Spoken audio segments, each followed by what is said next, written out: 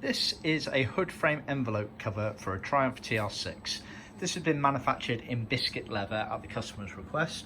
Originally they left the factory in the PVC hooding, Everflex as it were.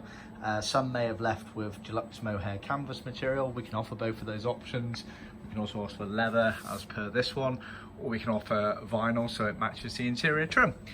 So it's a sewn cover to cover up and hide the hood frame when it's folded down at the back of the car and not in use.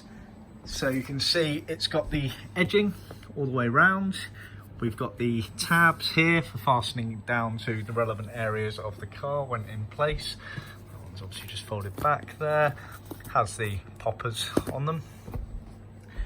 It has the piping going down 2 lines here down the middle of it from side to side, and then the reinforced edging where all the fixings will go when it's put onto the bodywork of the car. Obviously it's got the top stitch French seams as well, and it creates dart areas in the corners which helps give the formation of the cover itself.